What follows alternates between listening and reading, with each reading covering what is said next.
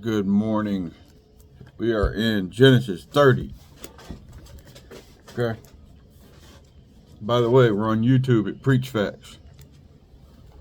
Preach. Alright, we're in Genesis 30, y'all. And when Rachel saw that she bare Jacob no children, Rachel envied her sister and said unto Jacob, Give me children, or else I die.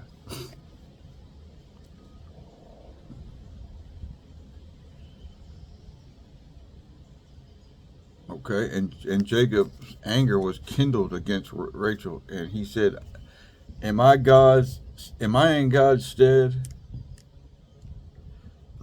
Who hath withheld from thee the fruit of the womb? And she said, Behold, my maid Bilhah, go into her, and she shall bear upon my knees. She shall bear upon my knees, that I may also have children by her. And she gave him Bilhah, her handmaid, to wife, and Jacob went in unto her.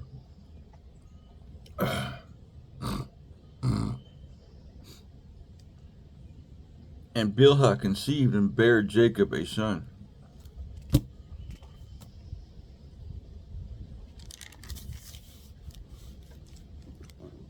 And Rachel said, God hath judged me, and hath also heard my voice, and hath given me a son. Therefore called she his name Dan. No, getting confusing here, guys, so I'm just going to slow down a little bit and make sure I got all of the stuff right. Like, okay, I know, let me just stop, because I know this is a slow recap of verse 29, chapter 29. I know that I remember that Rachel's womb, first of all, he desired her first. That was the one he had initially worked for to marry.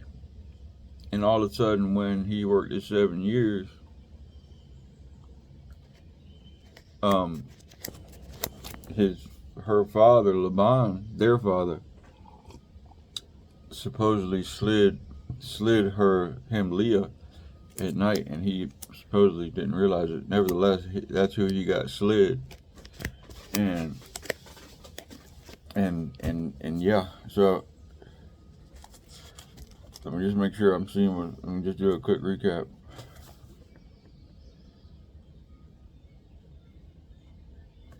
Okay. That way I can make sure I get you the whole meaning on this.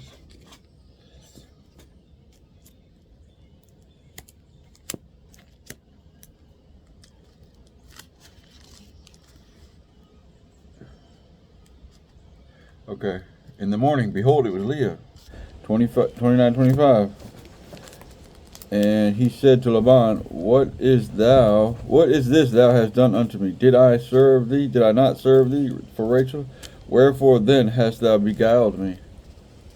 And Laban said, It must not be so done in our country, to give the younger before the firstborn. Fulfill her week, and we will give thee this also for the service which thou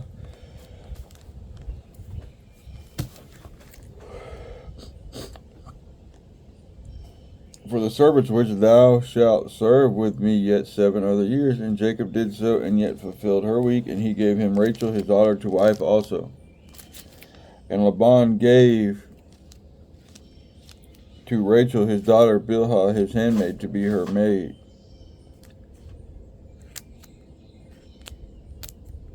Okay, and he went in also unto Rachel, and he loved also Rachel more than Leah, and served with him yet 7 more years.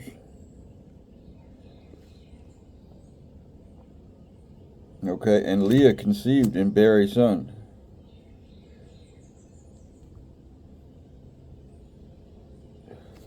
I know we read this yesterday, y'all, but guys, I don't just push through. That's not what we do here.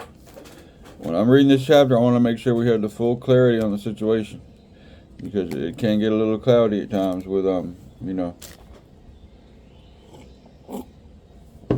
can get a little hairy with, all the details.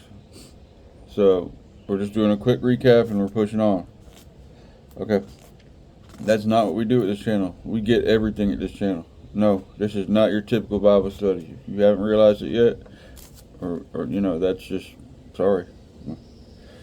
We get full understanding. We're not a 10-second swipe away attention span. That's not what we're doing here. We have attention spans here.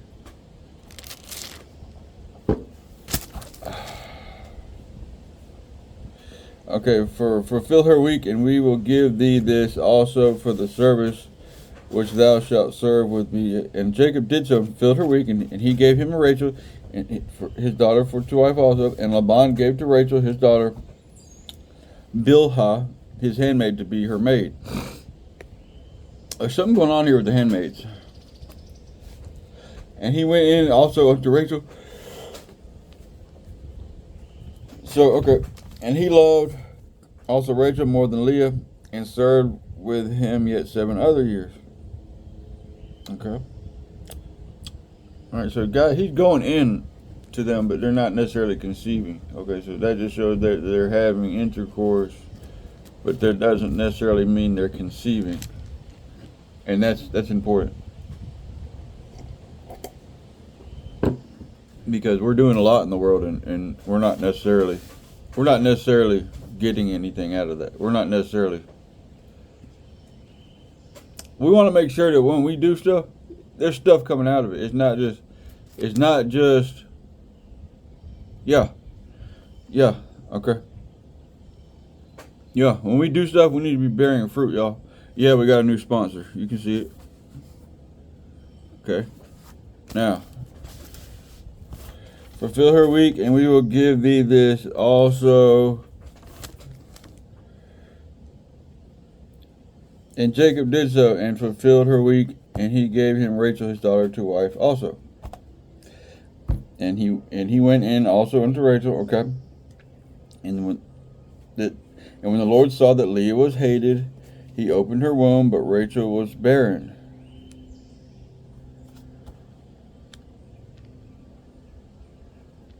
Okay. So guys, this shows me that, and I know we're supposed to be in 30 today, but guys, I'm sorry.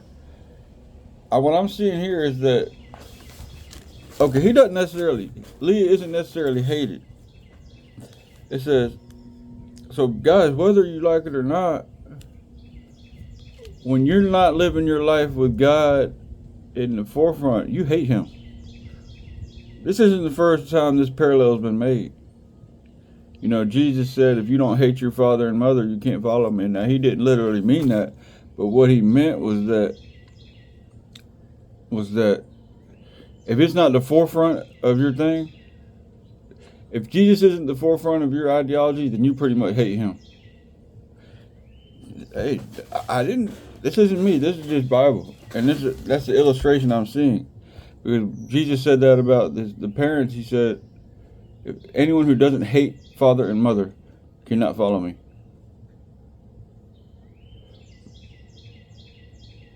So that illustration is kind of like what I'm seeing here. It's saying, and he went into also, and when the Lord saw that Leah was hated, he opened her womb, but Rachel was barren. And that's just because he loved her more than Leah. Now, he loved Rachel more than Leah. So automatically that means she's hated. So guys, be careful what you're doing, because you hate the Lord. If you live in your own life, you hate the Lord, whether you know it or not. So just know where he stands on that. That's what he's saying right here to me. If the Lord isn't the forefront, you hate him. That's just how he looks at it. That's just how he looks at it, man. Period. And I say that because of the parallel he made with father and mother. Like I said, this will be the 3rd time. I'm not going to say it again. If you're sinning and the Lord doesn't have your priority or your most efforts, or if you love something more than him, you hate him. Okay, that's how he looks at it.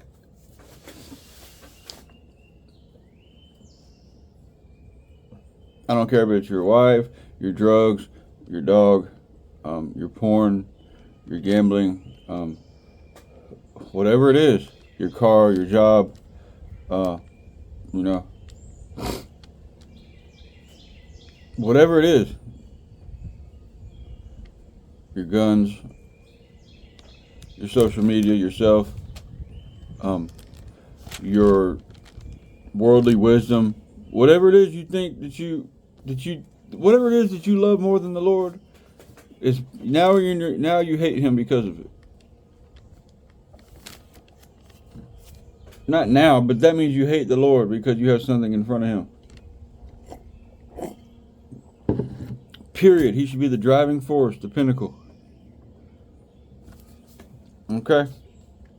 Now, that's a big point that I didn't get on yesterday. I knew I had to slide back for a minute. I knew I had to slide back because I had some lack of clarity over here at 30. We don't do lacking here, this channel. We don't do lacking. We don't do that. Sorry. We're fully equipped. Fully equipped. Blades are sharpened. Clips are loaded.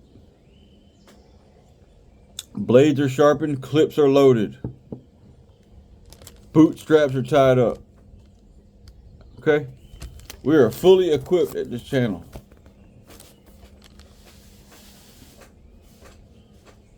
Preach. And he went in also, okay.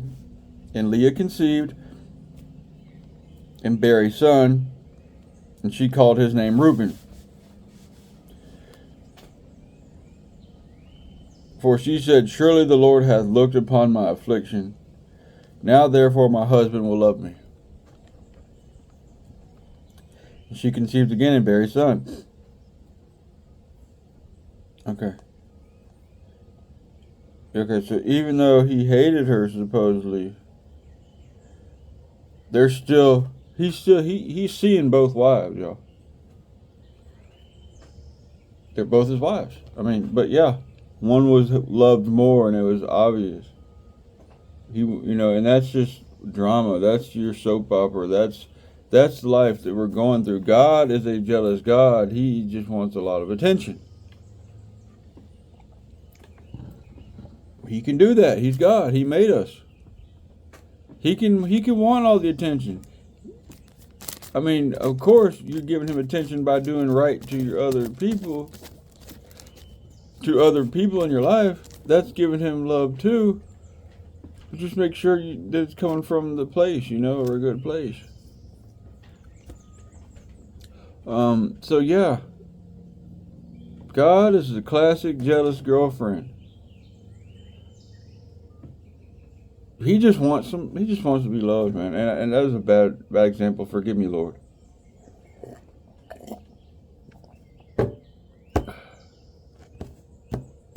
Okay, that was a bad example, but it's similar to that because God simply just wants your best. He wants to be primary, and he'll get your attention either way, whether it's begging for mercy or whatever. God's gonna get God's gonna get it all. Okay, in the end. Let's give it to him now so that he doesn't have to take it from you. Let's give it to him now so he doesn't have to take it from you, because he's gonna get it. Alright, now.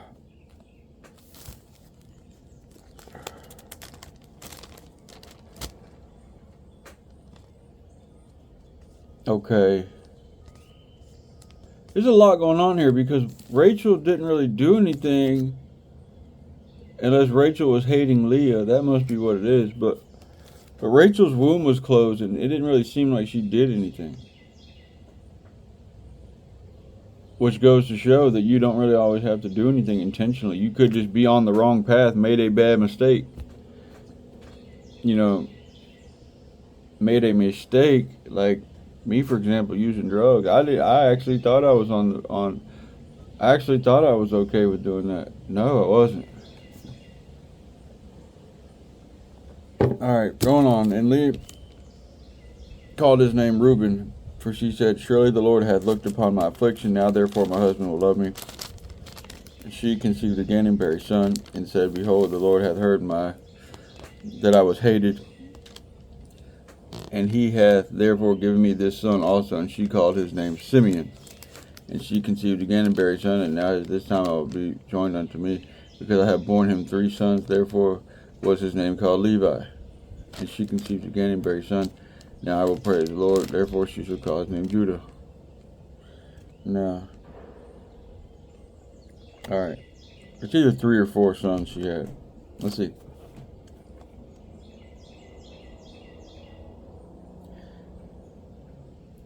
Reuben. Okay. Simeon. Gracie. Simeon.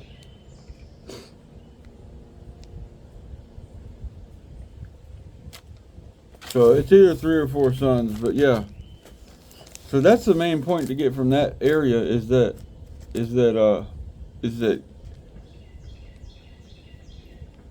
she was hated, and it didn't really indicate any hate coming from nowhere else. It just said she was hated because he loved Rachel more. So if you don't have God as primary, if you love something else more, then you hate God. Well, I don't hate God, isn't it? Okay. All right. Alrighty.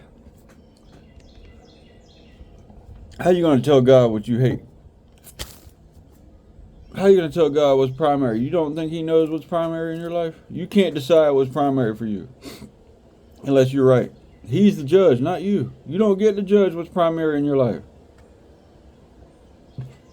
You can attempt it, you can claim it, but it doesn't mean it's what it is. It's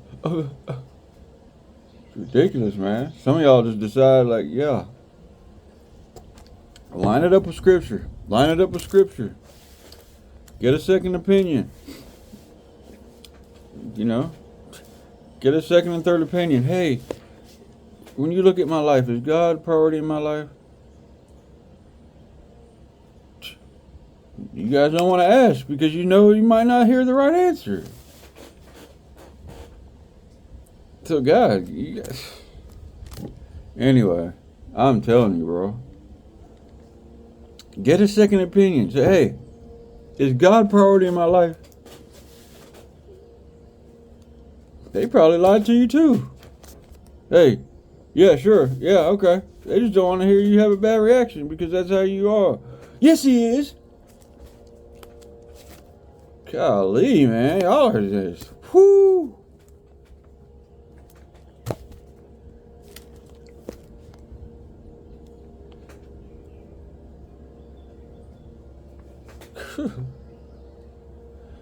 Golly, is God priority in my life? I go to church on Sundays. I give money.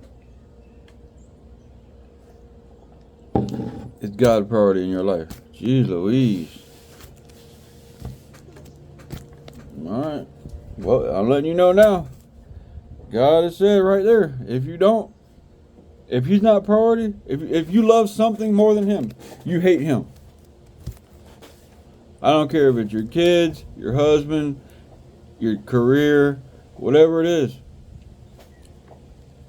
Yourself. That's probably one of the main ones. Your wife or yourself. Okay, so, yeah. Okay, so guys, get in line, because you hate the Lord. A lot of y'all hate the Lord. You can't be neutral. If you love something more than Him, you hate Him. Period. That's what it says right there. Okay.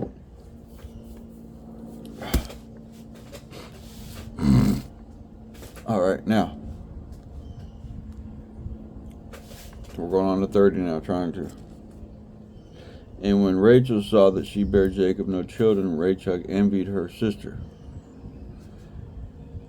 And said unto Jacob, give me children, or else I die.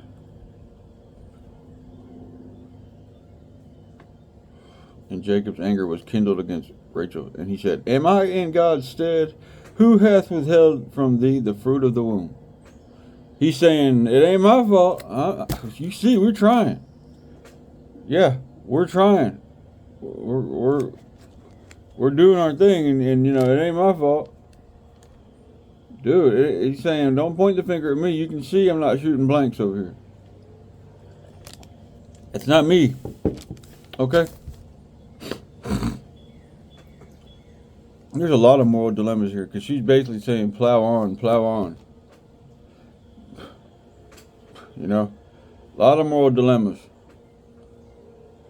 Like, dude, when does that happen? A lot of moral dilemmas. Pulling at the strings of your heart right here. You know? He's basically like you know, whatever. Husbandry.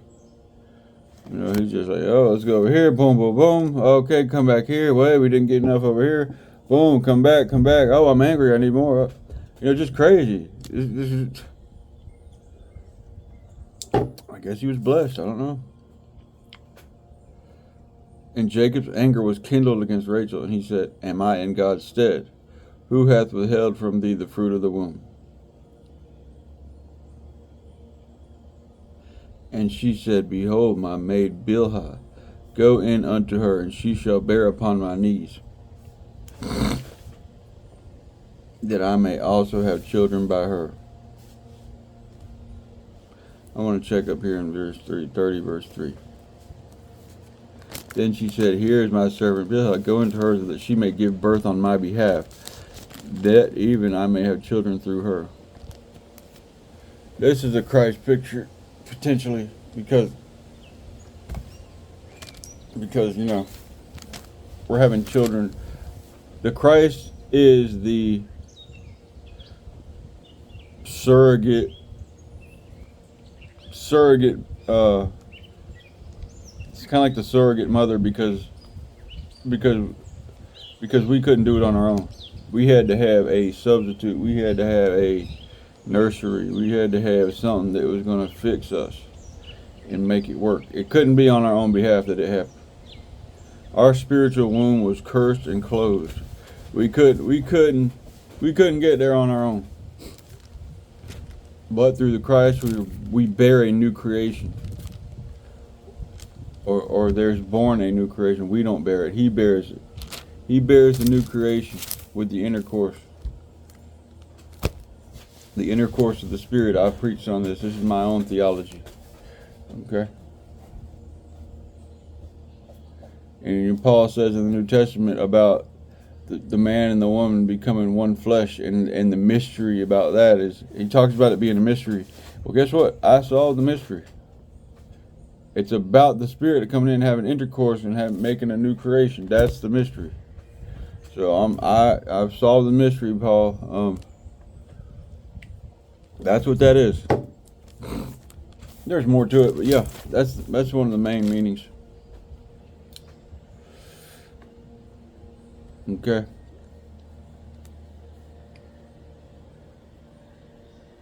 So, yeah.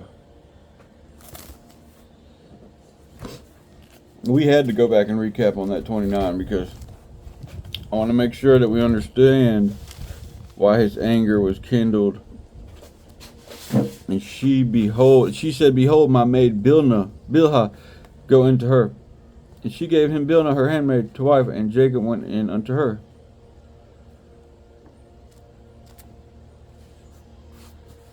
Okay.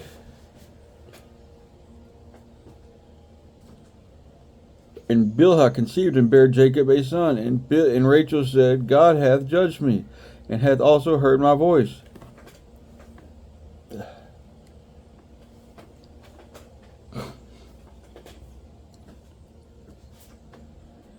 And hath given me a son, therefore called it. And Rachel said, God hath judged me, and hath also heard my voice, and hath given me a son. Therefore called she his name Dan.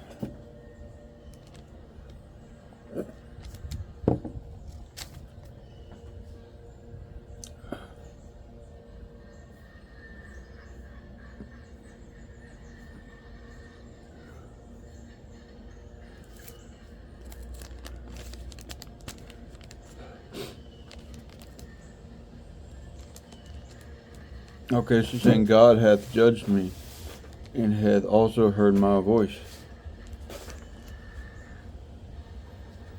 Yeah. Okay, there's something going on there. And Bilhah, verse 7, 30, verse 7. And Bilhah, Rachel's maid, conceived again and bare Jacob a second son. And Rachel said, with great wrestlings have I wrestled with my sister. I have prevailed, and she called his name Naphtali.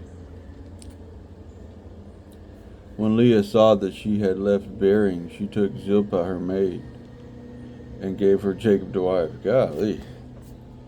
They are just running trains over here. I'm talking about her.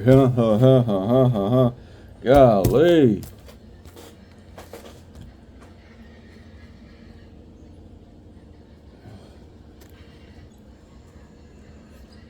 Never a dull moment over there.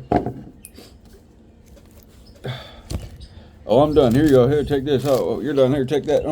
Okay. Jeez.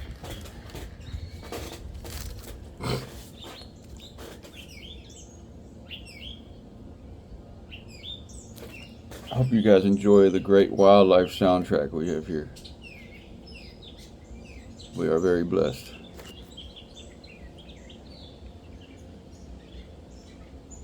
And Rachel said, I mean, golly, when does it stop? I know we had 10 kids so far. By 3 different people. 3 different mothers. The handmaid. I mean,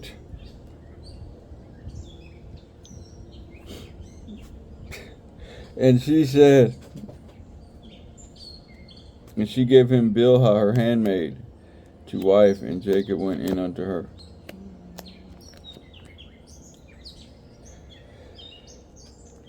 She took Zilpah, her maid, and gave her Jacob to wife. And Zilpah, Leah's maid, bare Jacob a son.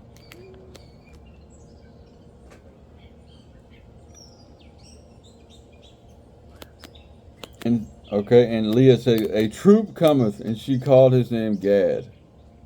A troop cometh. Preach. Let me check up here. 30 verse 11. And Leah said, good fortune has come.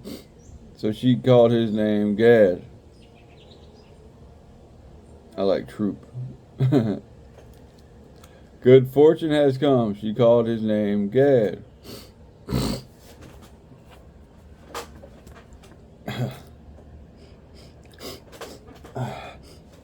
Excuse me.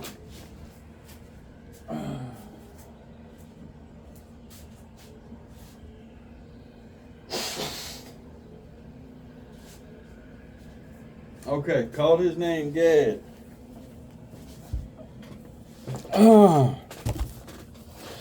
A troop cometh. Preach. I like that slogan. A troop cometh. A troop cometh. You know it.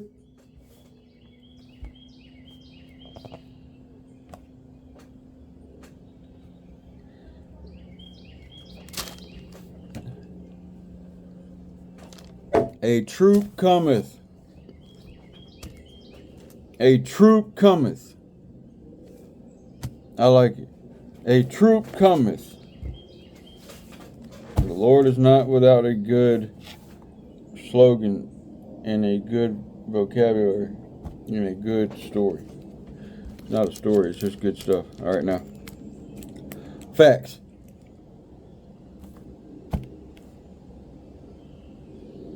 And Zilpah, Leah's handmaid, bare Jacob a second son. And Leah said, happy am I, for the daughters will call me blessed. And she called his name Asher. And Reuben went in the days of wheat harvest. Now, if I'm not mistaken, y'all, this is where we really see the tribes of Israel coming out. It's all of these descendants of Jacob. You know, I think Jacob's name gets turned into Israel. If I'm not mistaken, we'll see. So they basically all came from one dude. But Judah was up here. That was the tribe of the Lord, you know. That's where the Lord came from Judah. And that was from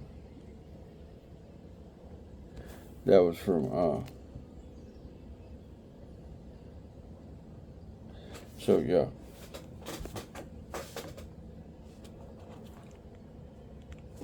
Reuben. And that was from Leah. So, the Lord has had his hand. I mean, yeah, God has had his hand in this all the way, and it's never been. He's always been doing different stuff than what man thought he was getting. He thought he was getting Rachel, but guess what? He got Leah, and that was the tribe that the son that the Lord came from, was from Judah. Okay.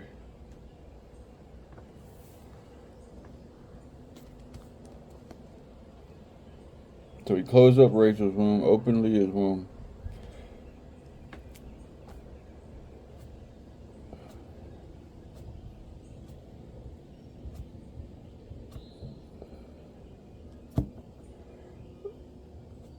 Okay, so Leah's, their wombs were both initially open, but he closed up Rachel's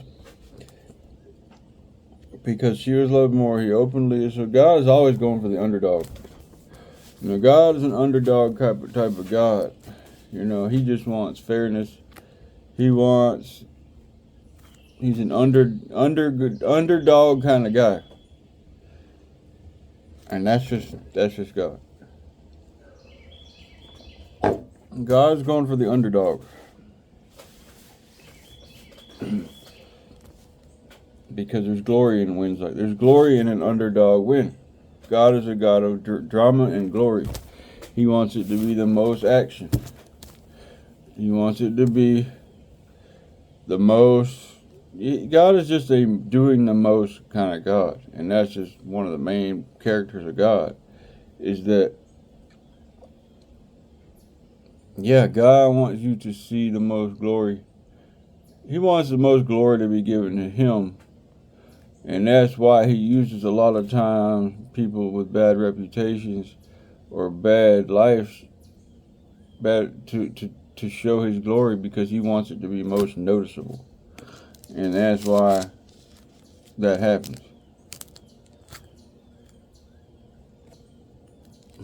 Yeah.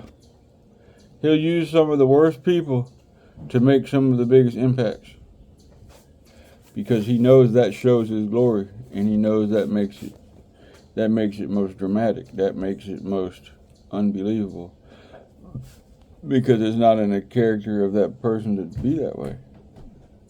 Okay?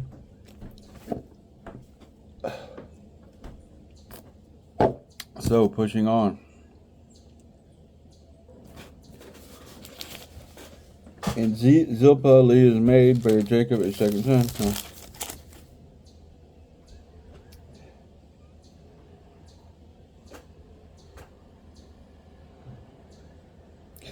And Reuben went in the days of wheat. And Reuben went in the days of wheat harvest and found wheat harvest, 30 verse 14, and found mandrakes in the field, and brought them unto his mother Leah. Then Rachel said to Leah, Give me, I pray thee, of thy son. And let's start over, verse 14. And Reuben went in the days of wheat harvest and found mandrakes in the field, and brought them unto his mother Leah. Then Rachel said to Leah, Give me, I pray thee, of thy son's mandrakes. And she said unto her, It is a small matter that thou hast taken my husband, and wouldest thou take away my son's mandrakes also?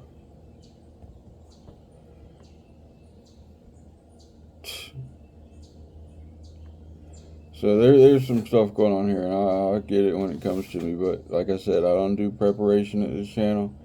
I just read, and it's more natural. And I found that it keeps things more spicy like that, as opposed to me preparing, and I'll be more fatigued on the issue. So we're going off the hip here. So yeah, there's definitely something going on right there with the whole. It'll come to me. If I have to bounce back tomorrow, or whatever, I will. But we're not going to finish this chapter today.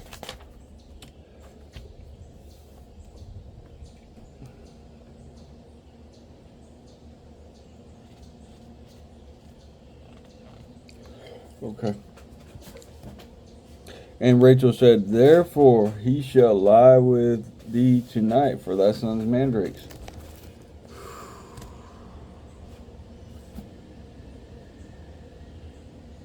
Okay, let's slide up here because it's getting crazy again.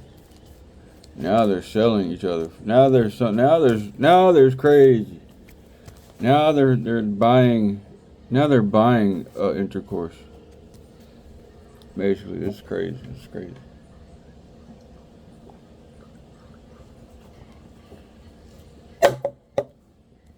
.30, verse 14. You can't glide past this stuff. This stuff is important. In the days of wheat harvest, Reuben went and found mandrakes in the field and brought them to his mother Leah. Then Rachel said to Leah, please give me some of your son's mandrakes. For she said to her, it is a small matter that you have taken away my husband.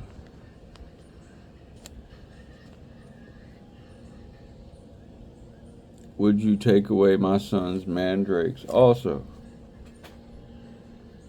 Rachel said, then he may lie with you tonight in exchange for your son's mandrakes. I'm kind of lost here because, and I'm going to do some research on this mandrakes about the situation, because how are you going to sleep for your own mandrakes? But she said, please give me some of your son's mandrakes. But she said to her, it is a small matter that you have taken away my husband. Would you take away my son's mandrakes? Rachel said, oh, she's saying,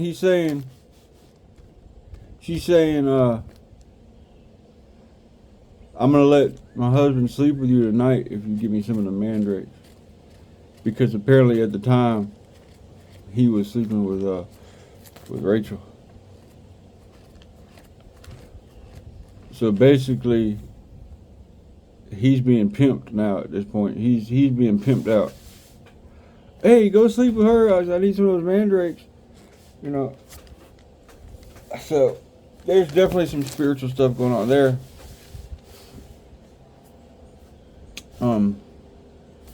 And it's a deeper thing. I'm gonna look into it more, but yeah, that's what happened. So she's basically saying, out of jealousy, that he's with her at this point, or the last few nights or whatever, and she's basically jealous. She said, no, you can't have my mandrakes. You've already got my husband.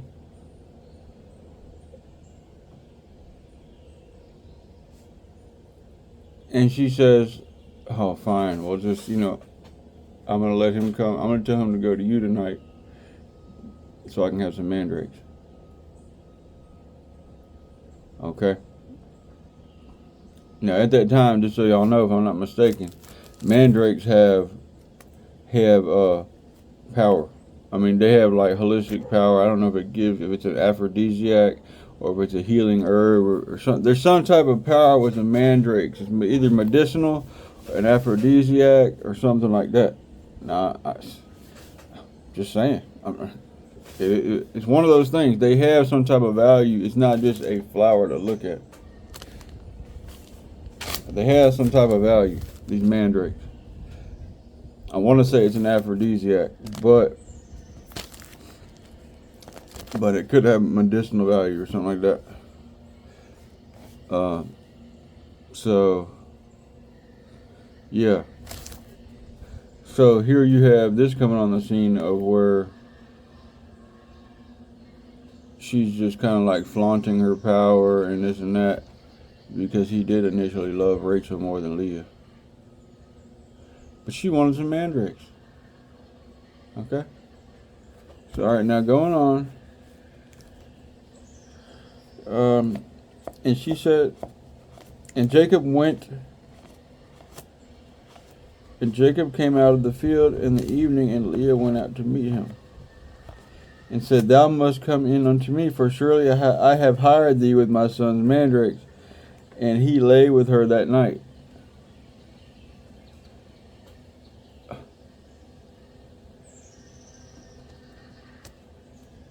So now it's to the point where he's being bought and sold, This is definitely a Christ picture. We want to make sure we get the correct context. Yeah, there's extra dynamic going on here, but we want to make sure we get the correct meaning and not the wrong meaning. So I'm not going to speak too much on that matter until it dawns on me. It's definitely a Christ picture. It's definitely a Christ picture, if not an Israel Gentile picture. Okay? To me, it almost looks like a Israel Gentile picture.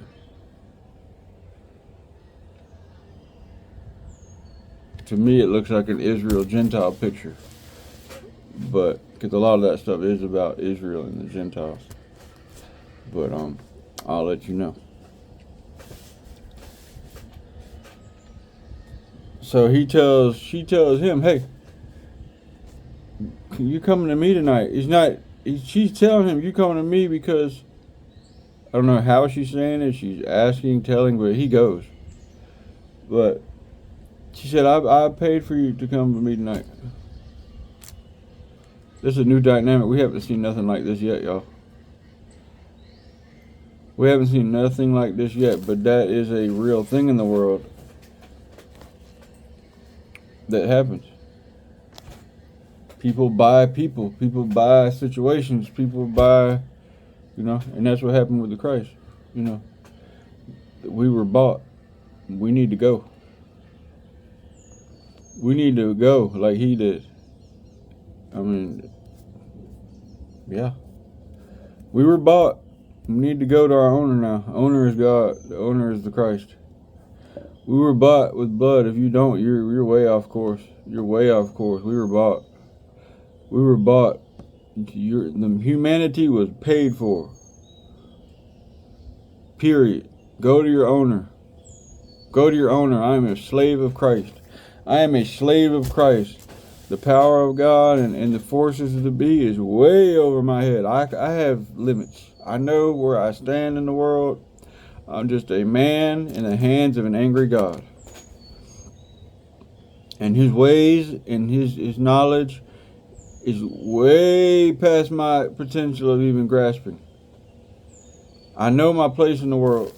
I've been bought back. It's time to go back. It's time to go home.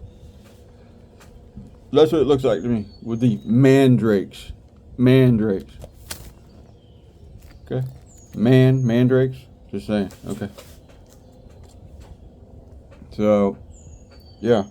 This is a juicy chapter, the last two chapters, because there's a lot of details and a lot of dilemmas and a lot of stuff happening that isn't normally happening. Handmaids, jealousy, you name it. Anger. There's a lot of stuff going on, and all this is just like the gods, man. God loves us. He wants our whole attention. We were bought. We were bought. Leah wanted her husband back. That's why she did the mandrake deal. She could have just said, I'm okay. You just, no, this is my mandrake. You just hold on to him. I'm good. I'm mad at y'all. I'm good. I'm not dealing with y'all. And that's what we do as humanity. We get so ornery and stuff like that. No, God has made a deal. We just want to close up and shut down.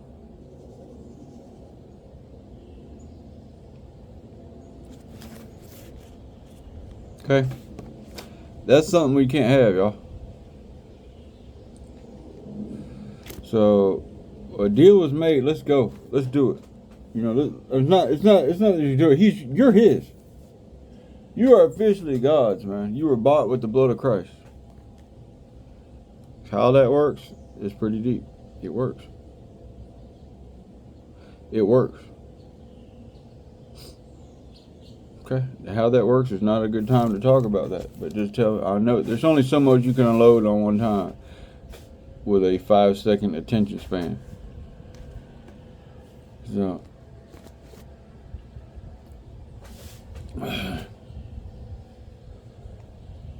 from what I've seen, guys, I have seen people nowadays, the attention span has dropped way down. when I tell you that someone cannot sit there and watch a 10-minute video or a 5-minute video.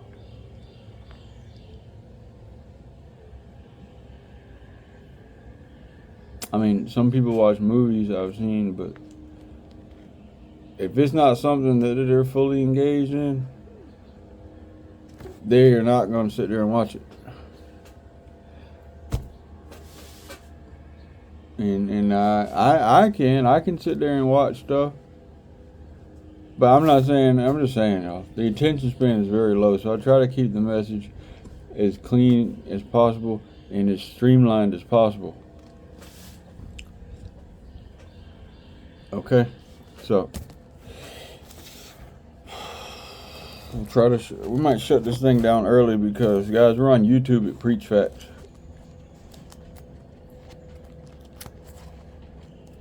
All right.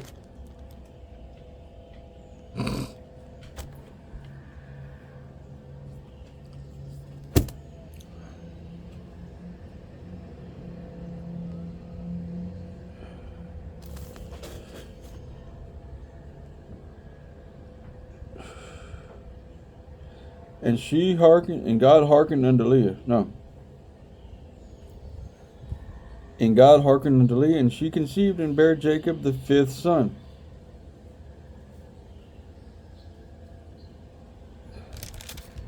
Okay.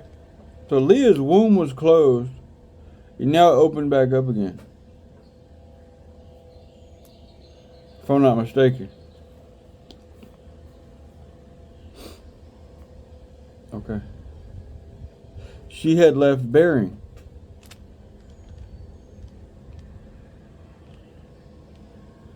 Okay.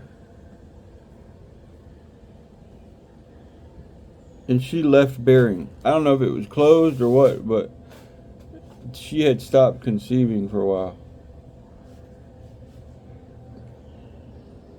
Okay, and we don't know if the womb was closed or just they weren't hitting on the right times or what. But it opened back up. I guess maybe in her desperation, or whatever, by selling the mandrakes for it wasn't her idea to sell the mandrakes, but maybe it was. But God hearkened unto Leah, and she conceived again. So this is big. It's kind of like, I don't know, I don't want to read too much into that, but yeah. So that's where we're going to leave off today, y'all. All right, now we had a good day. We're doing a lot here. We're covering the meanings. We're make sure when we go into a chapter, we know the context of where we are. We know the context of where we are. This is a very thorough. If anybody is actually following along, nobody is, I don't think. But this is even just for me, this is a good study because we are fully aware of what's going on in these stories. It's not just a chapter. We understand where we are in the context of the whole story. We understand where we are in the world as best as we can. Because this is our story. Preach facts. This is our story. This is our story, y'all. So we're making sure that we understand every implication that can be made here. Okay? And that's big. Where do you see that at? We're reading we're reading the Bible. We're in Genesis 30, chapter by chapter. Sometimes not a whole chapter, but we're reading it from front to back. We're getting every ounce of meaning we can.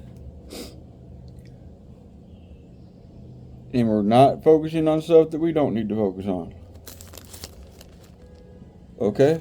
Because this is a fully applicable message to the world. It's fully comprehensive. This is fully comprehensive. This message is fully applicable to the world in Christ. Because that's what's going on. That has great value. I don't care who you are. This has great value, what we're doing here. Okay, this has great value that I don't think you can find it anywhere else to this degree. So I want to thank God for letting us do that, giving us this, allowing this to happen. This is not a thing that I just did. This is something that God had on me. So thank you guys for allowing me to be the vessel to let the channel flow through me, or to allowing me to be a channel from God to let this happen.